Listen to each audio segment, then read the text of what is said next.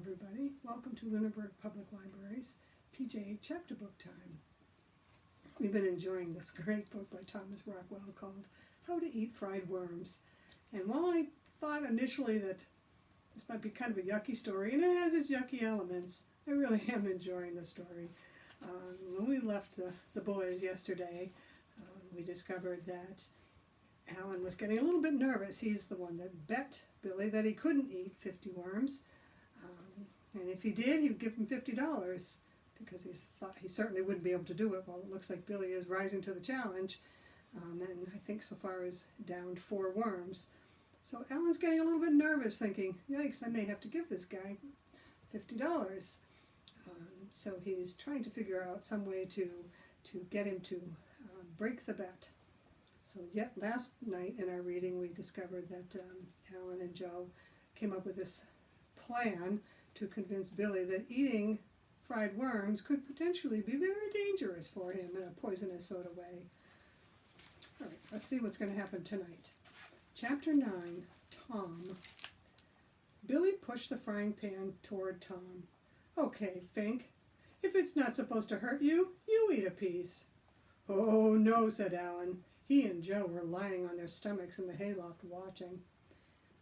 If he eats a piece, you lose, Billy. The bet was you were going to eat 15 worms, not you and him together. Billy didn't look up, but his eyes fixed grimly on Tom. All right, then I'll go dig another worm just for him. He's so big telling me.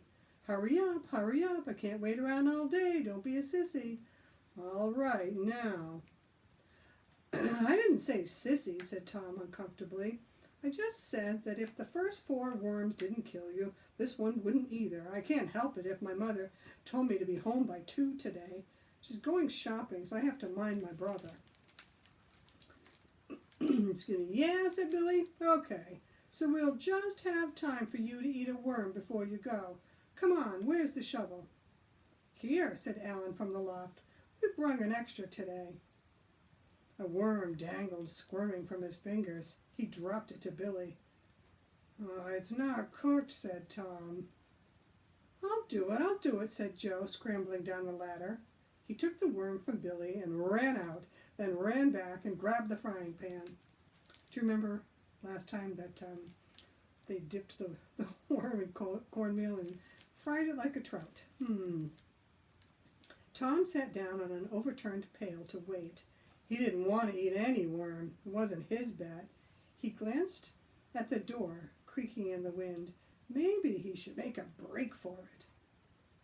Of course, he could see Billy's point. Billy didn't believe Joe's story, but still, he'd find it reassuring if Tom ate some worm too.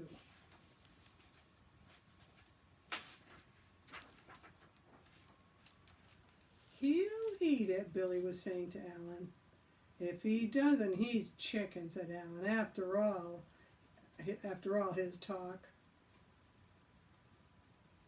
Why don't I eat it, thought Tom. I mean, it's a yucky thing to do, but it wouldn't kill me. He scratched his neck, shifting his seat on the pail.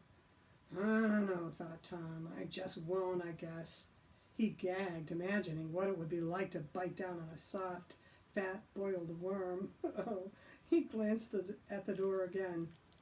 Billy kicked the door shut. Leave it open, said Tom. Why? Because I said so. Yeah, well, you don't own this barn. Neither do you. Your father does. Billy rubbed his nose, watching Tom, figuring, he's trying to pick a fight so he won't have to eat that worm. Okay. So Billy opened the door and set a brick against it. Tom shifted his seat on the pail again. He couldn't stop thinking about what it would be like to bite down on a soft, fat, boiled worm. He scratched his ear. Who did Billy think he was, trying to order people around, telling them what they had to eat and all? Billy wasn't anybody's father. Tom began to feel put upon and indignant and stubborn. A screen door slammed. Joe coming back with a worm. Tom licked his lips. He heard Joe running across the barnyard toward them. Billy! Alan shouted. Billy spun around just in time to catch a glimpse of Tom pelting out the door banging shut. He flung to the window, and Joe sprawled in the middle of the barnyard on his back. Tom was clambering over the wall into the meadow. The frying pan lay upside down beside the horse trough. Chapter 12, The Fifth Worm. Look, said Billy to himself, staring down at the fried worm on the plate. Be sensible. How can it hurt me? I've eaten 4 already. Tom was just scared. He's kind of like that. He eggs other people on, but he never wants to do anything himself. Give up? Asked Alan. Come on, said Joe. We haven't got all day. 5 more minutes, said Alan. Then I win. Wait a minute. There's no time limit, said Billy. For the first time, he wondered what he'd do if he lost. Where could he ever get $50? Do you remember what he was going to do with the $50? He was going to buy that mini bike that one of his friend's older brothers was selling. But how could he eat 10 more big, fat, ugly, soft, brown things? He couldn't ask his father for $50. He heard Alan and Joe whispering together. He's gonna quit. Yeah, I knew he'd never make it. When I bet with him, he talks big. Him and Tom are just the same. They never do anything. So Billy gritted his teeth, glopped on the ketchup, mustard, salt, grated cheese, and whatever was on the crate, anything and everything, and then grabbed up the worm and tore it apart with his hands, stuffing it into his mouth, chewing and swallowing and gulping. Then, panting, he reached out and wiped his gooey hands on Alan's trousers and grinned messily up at him and said, There, 5.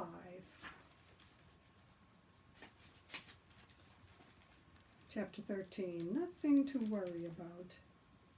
That night, Alan asked his father to show him $50. After that, he couldn't sleep, tossing and turning in his rumpled bed. Suppose he lost.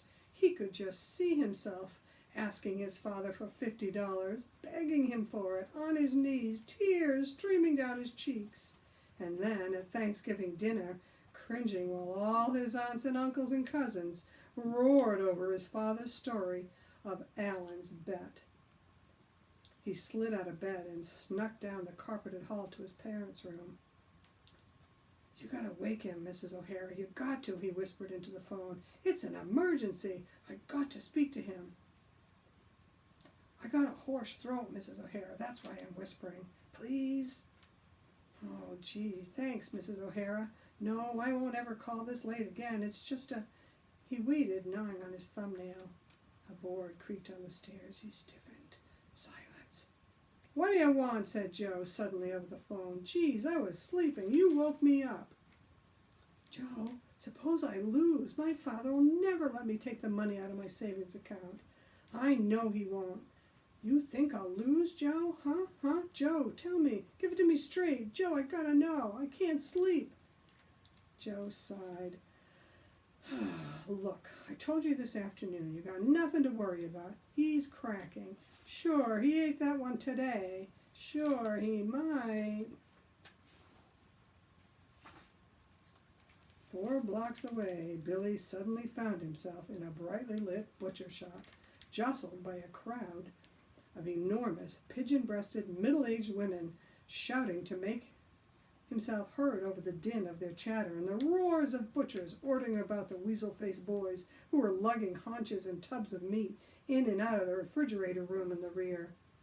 Then a butcher saw Billy jumping among the women and asked for his order, and Billy gave it.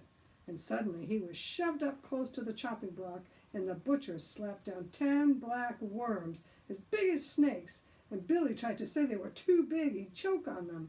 But the butcher couldn't hear him over the thumps of his cleaver and the din of the women and the hoarse shouts of the other butchers before Billy knew what was happening. He was seated at a table in Longshamp's restaurant on Times Square in New York City with a large napkin tied under his chin, and a waiter was uncovering a platter on which lay one of the huge black worms, coiled snakily, a red rose wobbling in the center of its coils. "Oh, how can I ever finish it?" said Billy, and cut into the mammoth coil. Oh, yikes. Streaming pink juice flooded out. Billy ate and ate and ate, and then looked, and he must have eaten more than that. And then he looked again, and there was no hole at all. He had eaten and eaten and eaten, and nothing at all. Then he felt something cold on his ankles and looked under the tablecloth, and there were 2 more of the huge worms wound round and round his ankles. Then he felt something weighing down his arms, and he looked, and there was another worm wound around his arm, glaring hungrily at him with its bloodshot eyes from everywhere in the vast room, winding behind between the tables, waiters approaching carrying huge silver platters. Billy opened his eyes. For the first moment in the moonlight flooding in his room, his 2 bare feet sticking up out of the bottom of the covers looked like 2 huge white worm heads. Then he realized that he had been dreaming. I never had one of those dreams? Yikes. Then he sank back on his pillow, the nightmare melting away. There were no huge worms as big as pythons. He was home in bed. His parents were sleeping in the next room. His stomach rumbled. But suppose Joe had been lying. The hair stood up on the back of his neck. Oh, suppose Joe had made it all up, but had been right anyway without knowing it. A shutter banged. Billy glanced out the window and saw the moon riding among the tossing leaves. His stomach grumbled and gurgled. He groaned. Suppose he was dying. He'd heard of people waking up in the middle of the night with pains in their stomachs, and then, as the windows turned gray in the dawn, they died. Toadstools, soured lobster, tainted pork. That was a pain. He clutched his stomach and, groaning, half fell, half staggered out of bed and hobbled toward the door, bent double. Maybe there was an antidote. You know what that means? Something you can take that'll make you feel better. It neutralizes poison. He whimpered. It didn't hurt a lot, but nothing ever did to begin with, did it? We'll have to find out what happened when we read again next week. So I'll see you probably next Tuesday, because Monday's a holiday. So we'll find out if Billy really is suffering from poisonous worms that he's eaten. All right, so thanks everybody. I hope you enjoyed tonight's chapters. It's a little gruesome, but cute story. I hope you're enjoying it. Good night, everybody.